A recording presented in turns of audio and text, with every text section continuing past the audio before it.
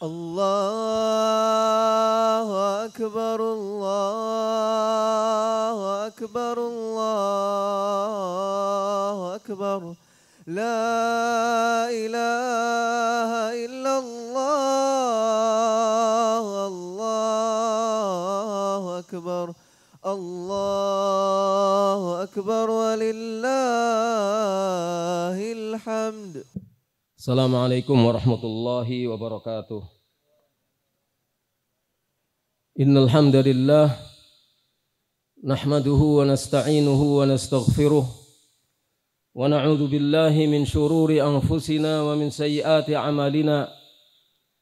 May yahdihillahu fala mudilla lahu wa may yudlil fala hadiya lahu. Asyhadu an la ilaha illallah wahdahu la syarika lahu وأشهد أن محمدًا عبده ورسوله يا أيها الذين آمنوا اتقوا الله حق تقاته ولا تموتن إلا وأنتم مسلمون يا أيها الناس اتقوا ربكم الذي خلقكم من نفس واحدة وخلق منها زوجها وبث منهما رجالا كثيرا ونساء واتقوا الله الذي تساءلون به والأرحام إن الله كان عليكم رقيبا يا أيها الذين آمنوا اتقوا الله وقولوا قولا سديدا يصلح لكم أعمالكم ويغفر لكم ذنوبكم ومن يطع الله ورسوله فقد فاز فوزا عظيما أما بعد فإن أصدق الحديث كتاب الله وخير الهدي هدي محمد صلى الله عليه وسلم وشر الأمور محدثاتها وكل محدثة بدعة وكل بدعة ضلالة وكل ضلالة في النار. اللهم صل وسلم وبارك على عبدك ورسولك محمد وعلى آله وصحبه أجمعين. أما بعد. الله أكبر الله أكبر الله أكبر لا إله إلا الله والله أكبر الله أكبر ولله الحمد. Kaum muslimin, jamaah salat Idul Adha yang dirahmati Allah, sesungguhnya Allah maha sempurna. Karena itulah Dia tidak lupa dan tidak akan lupa terhadap janji-janjinya, dan tidak akan lupa terhadap apapun yang kita lakukan, seremeh apapun. Kalau Allah mengampuni dosa kita, itu bukan karena Allah lupa akan kesalahan-kesalahan kita, tapi itu adalah karena kasih sayang Allah kepada kita. Allahu Akbar, Allahu Akbar, Allahu Akbar walillahil hamd. Allah berfirman, "Wa ma kana rabbuka nasiya." Dan Allah, Rabbmu, Tuhanmu tidak akan lupa.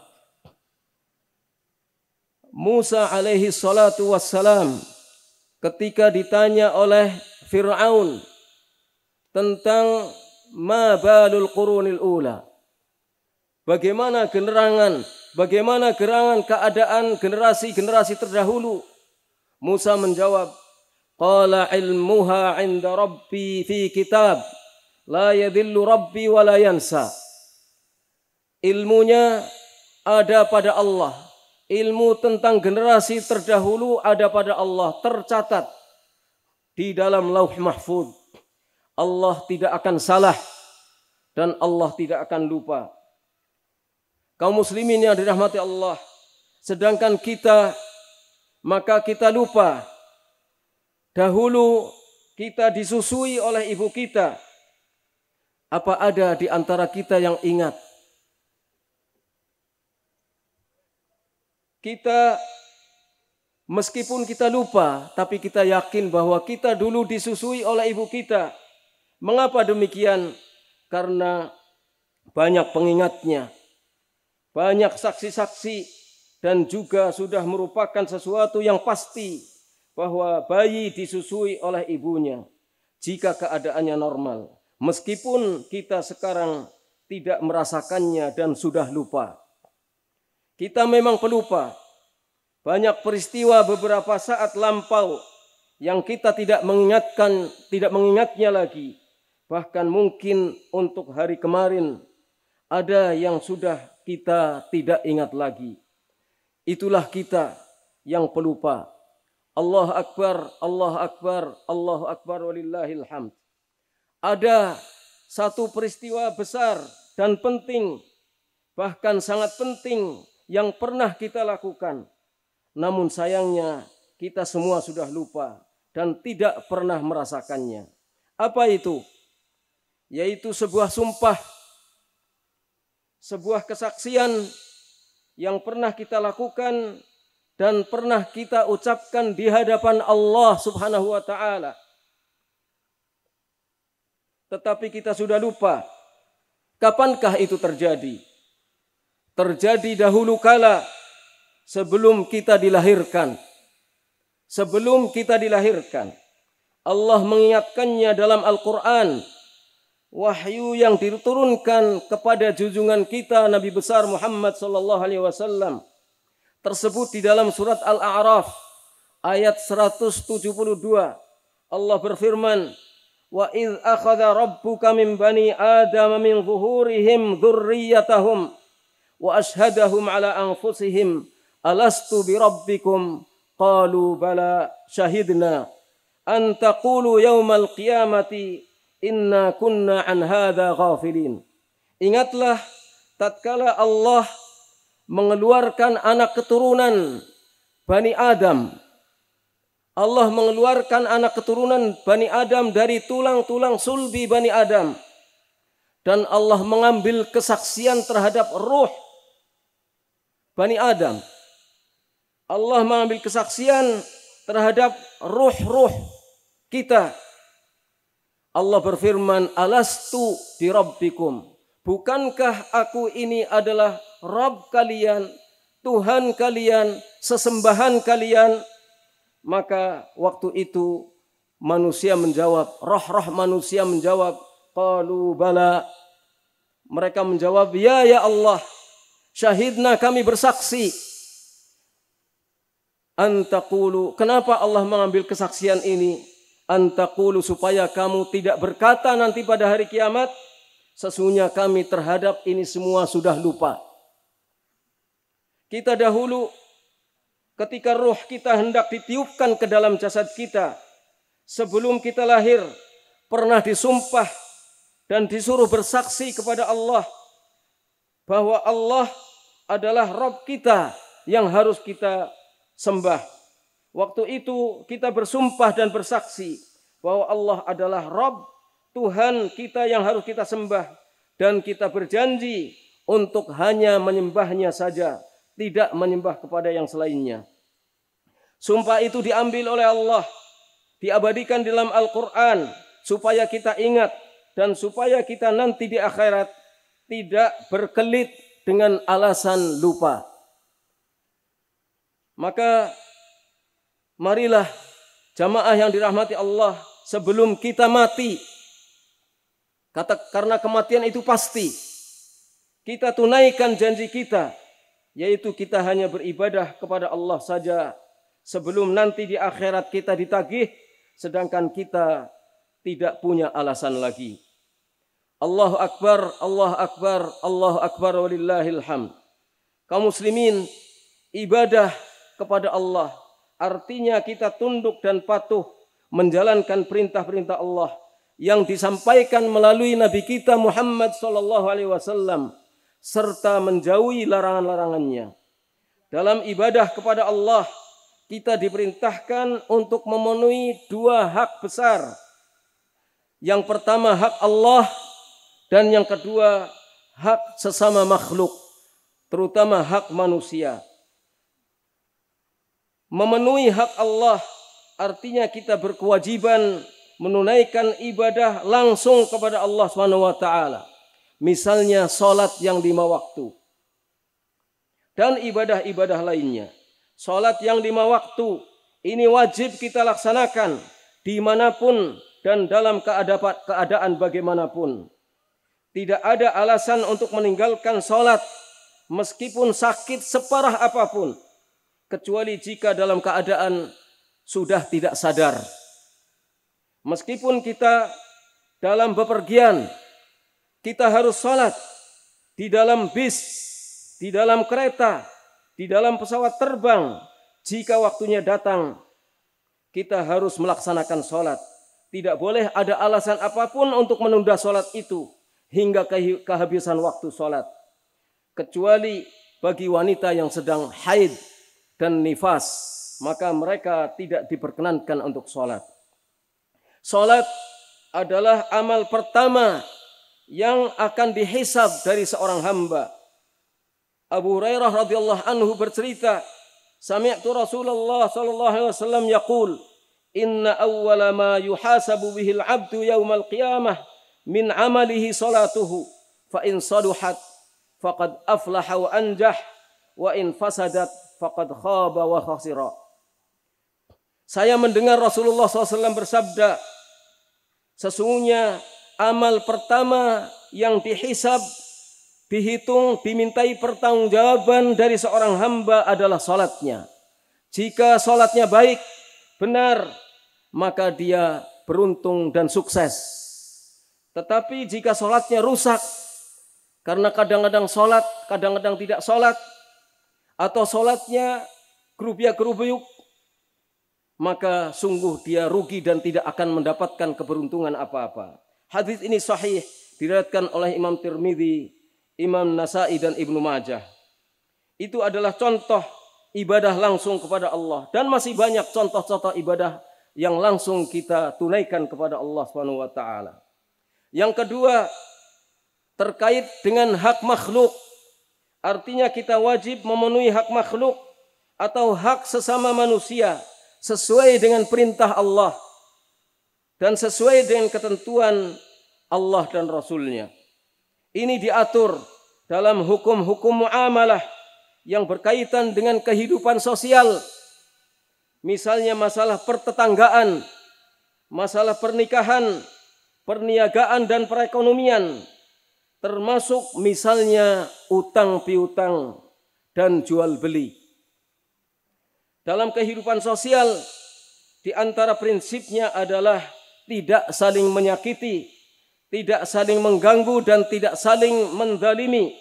Rasulullah SAW bersabda, al-muslimu akhul muslim, la yadhlimuhu wa la yuslimuh, wa man kana fi hajati akhihi, kana Allahu fi hajatih, wa man farraja an muslimin kurbatan, farrajallahu anhu kurbatan min kurbati yaumil qiyamah, wa man satara musliman satarallahu yaumal qiyamah. Seorang muslim adalah saudara muslim bagi yang lainnya. Seorang muslim adalah saudara bagi muslim yang lainnya. Dia tidak menzaliminya dan dia tidak membiarkan muslim yang lain diganggu oleh orang lain. Dalam riwayat tidak menghinanya, tidak merendahkannya. Dan barang siapa yang selalu membantu kebutuhan saudaranya, niscaya Allah akan memenuhi kebutuhannya. Dan barang siapa yang melepaskan kesulitan seorang muslim di dunia ini, maka Allah akan melepaskan kesulitan yang dia alami di akhirat. Kesulitan yang dialami di akhirat misalnya adalah hisab yang berat. Misalnya adalah siksa Allah Subhanahu wa taala, nanti akan ditolong oleh Allah Subhanahu wa taala. Dan barang siapa yang menutupi aib seorang muslim, maka Allah akan menutupi aibnya nanti di hari kiamat. Dalam dunia perdagangan dan mencari nafkah, tidak boleh ada unsur penipuan, tidak boleh menyembunyikan cacat, dan tidak boleh menimbulkan permusuhan, dan yang lain-lainnya. Banyak nas yang menunjukkan tidak boleh memakan harta orang lain secara batil, secara tidak benar. Misalnya dengan jalan menipu, dengan jalan mengubah angka di dalam kwitansi, dengan jalan menyuap dan lain sebagainya. Allah berfirman, ya ayyuhalladzina amanu la ta'kulu amwalakum bainakum bil batil illa an takuna tijaratan an taradin minkum.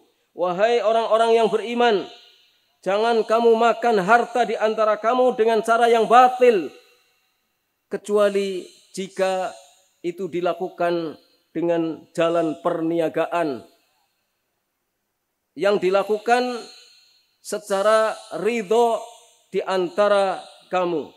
Dilakukan saling ridho dalam jual beli. Tidak ada unsur penipuan dalam jual beli dan tidak ada unsur kebohongan. Allah juga berfirman dalam surat Al-Baqarah ayat 188, "Wala ta'kulu amwalakum bainakum bil batil wa tudlu biha ilal hukam litakulu fariqam min amwalin nasi bil itsm wa antum ta'lamun."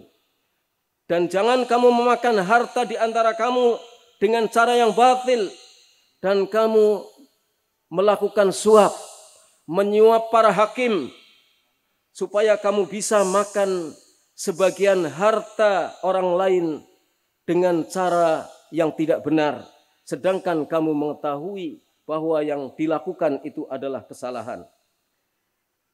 Jamaah yang dirahmati Allah, dan juga tidak boleh ada riba, karena di dalam riba ada kezaliman. Misal riba adalah seseorang meminjam uang dalam jumlah tertentu untuk jangka waktu tertentu, dia harus mengembalikan pinjaman uang tersebut dengan jumlah lebih banyak sebagai bunga. Bayangkan jika ia harus mengembalikan lebih dari jumlah uang yang dipinjam. Semakin lama jangka waktu pembayarannya, semakin banyak bunga yang harus dibayarkan. Lama-kelamaan orang tercekik dalam lilitan hutang yang semakin menggunung dan akhirnya tidak mampu membayar. Habislah hartanya, hancur dia. Ini adalah kezaliman. Contoh lain riba adalah orang menukarkan uang 100.000 ditukar dengan uang 2.000-an baru atau pecahan 5.000-an baru, tapi harus membayar lebih karena dianggap uang baru itu harganya berbeda dengan uang lama, dan ini adalah riba. Allah melarang kegiatan riba semacam ini. Pelaku dan pemakan riba diancam keras oleh Allah, di antaranya dalam firman Allah, "Alladzina ya'kuluna ar-riba la yaqumuna illa kama yaqumul ladzi yatakhabbathu asy-syaitanu minal mas. Dzalika bi annahum qalu innamal bay'u mithlur riba wa ahallallahu al-bay'a wa harrama ar-riba. Faman ja'ahu maw'izatun min rabbih fantaha falahu ma salaf wa amruhu ila Allah wa man 'ada fa ulaika ashabun nari hum fiha khalidun." Orang-orang yang memakan riba, mereka tidak akan dapat berdiri kecuali sebagaimana berdirinya orang yang terkena penyakit gila karena kerasukan setan. Yang demikian itu karena mereka mengatakan sesungguhnya jual beli itu mirip riba. Jual beli mirip riba. Tetapi wa ahallallahu al-bay'a, Allah menghalalkan jual beli dan mengharamkan riba. Maka barang siapa yang datang kepadanya peringatan dari Allah, kemudian dia berhenti dari ribanya, maka baginya apa yang sudah diperoleh terlebih dahulu, dan urusannya terserah kepada Allah. Dan barang siapa yang kembali mengulangi perbuatan riba itu, maka mereka termasuk penghuni neraka. Mereka kekal di dalam neraka. Ini mengapa Allah larang? Karena untuk menata kehidupan manusia supaya tidak ada kezaliman, supaya hidup manusia tentram, saling tolong-menolong dan saling bantu-membantu. Yang kurang dibantu oleh yang lebih memberikan bantuan kepada yang kurang. Maka jamaah yang dirahmati Allah, marilah kita beribadah hanya kepada Allah saja dengan benar, sesuai dengan tuntunan Rasulullah SAW. Kita penuhi hak Allah dan kita penuhi hak-hak manusia sesuai dengan ketentuan dari Allah dan Rasulnya. Innallaha wa malaikatahu yusalluna 'alan nabi ya ayyuhalladzina amanu sallu 'alaihi wa sallimu taslima. Allahumma salli wa sallim wa barik 'ala 'abdika wa rasulika Muhammad wa 'ala alihi wa sahbihi. Allahumma ighfir lana wa liwalidina warhamhum kama rabbawna shighara. Allahumma ighfir lil muslimina wal muslimat wal mu'minina wal mu'minat al ahya'i minhum wal amwat إنك سميع قريب مجيب الدعوات. ربنا اغفر لنا ولإخواننا الذين سبقونا بالإيمان ولا تجعل في قلوبنا غلا للذين آمنوا ربنا إنك رؤوف رحيم. اللهم مقلب القلوب ثبت قلوبنا على دينك. اللهم أعنا على ذكرك وشكرك وحسن عبادتك. اللهم يا رزاق ارزقنا الإخلاص في القول والعمل. اللهم انصر إخواننا المسلمين في فلسطين ووحدهم على كلمة التوحيد واغفر لموتى المسلمين منهم. اللهم دمر اليهود والصهاينة والرافضة والنصيرية والحوثية ومن وراءهم من حلفائهم. اللهم دمرهم تدميرا وشتت شملهم وفرق جمعهم وأخرجهم من غزة ومن أرض فلسطين ومن أرض الشام كلها. اللهم أصلح ولاة أمورنا وأصلح بطانتهم. ربنا آتنا في الدنيا حسنة وفي الآخرة حسنة وقنا عذاب النار. والحمد لله رب العالمين. والسلام عليكم ورحمة الله وبركاته.